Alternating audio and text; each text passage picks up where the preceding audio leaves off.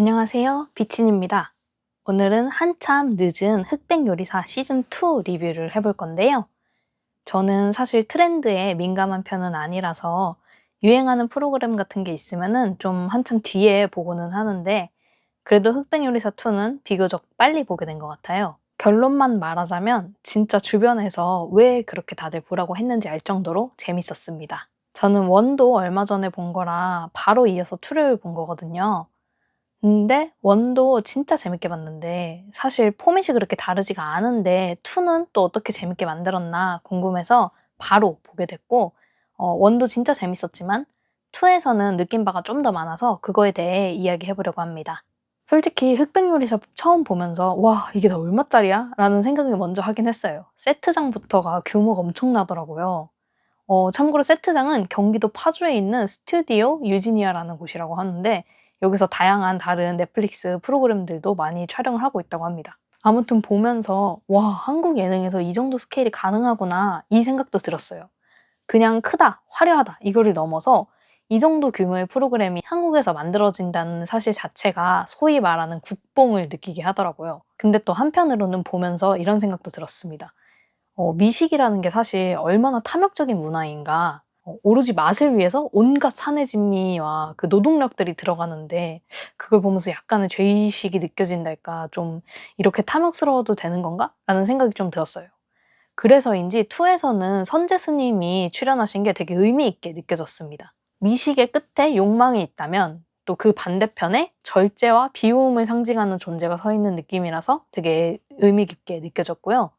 또 스님이 나온 김에 8화의 연합전 얘기를 안 할 수가 없는데요.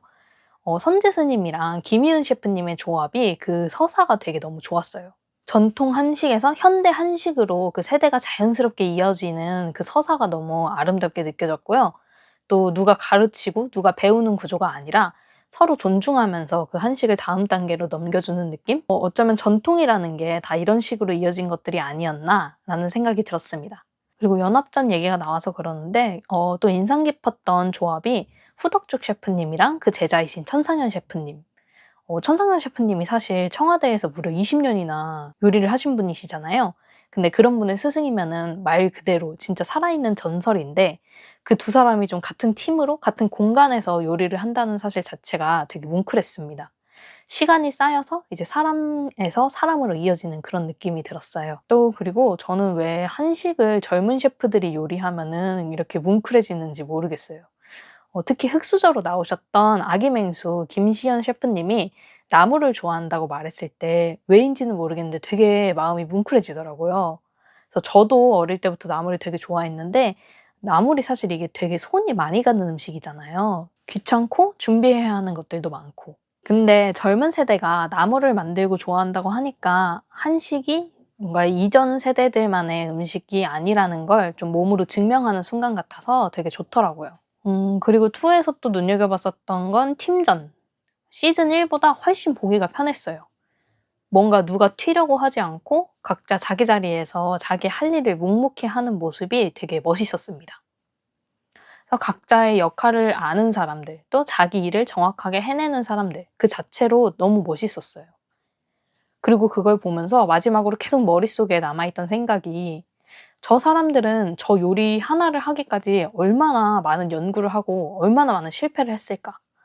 자기 일을 저렇게까지 사랑하고 자부심을 가질 수 있다는 게 너무 대단해 보이면서 솔직히 좀 부러웠습니다. '어떻게 저렇게까지 자기 일을 사랑할 수 있을까?'라는 생각에 아직도 진로 고민을 하고 있는 제 입장에서는 많이 부러웠습니다. 그래서 결론적으로 흑백 요리사 2는 그냥 요리 예능이 아니라 사람이 자기 일을 사랑하는 얼굴을 보여주는 프로그램 같았어요. 그래서 그 사람들이 요리를 할 때 그 순간에 되게 빠져있는 그 몰입하는 얼굴, 그 얼굴을 보여주는 프로그램이라고 생각을 했습니다. 물론 서바이벌 예능이라는 구조 안에서도 포맷이 되게 훌륭했어요.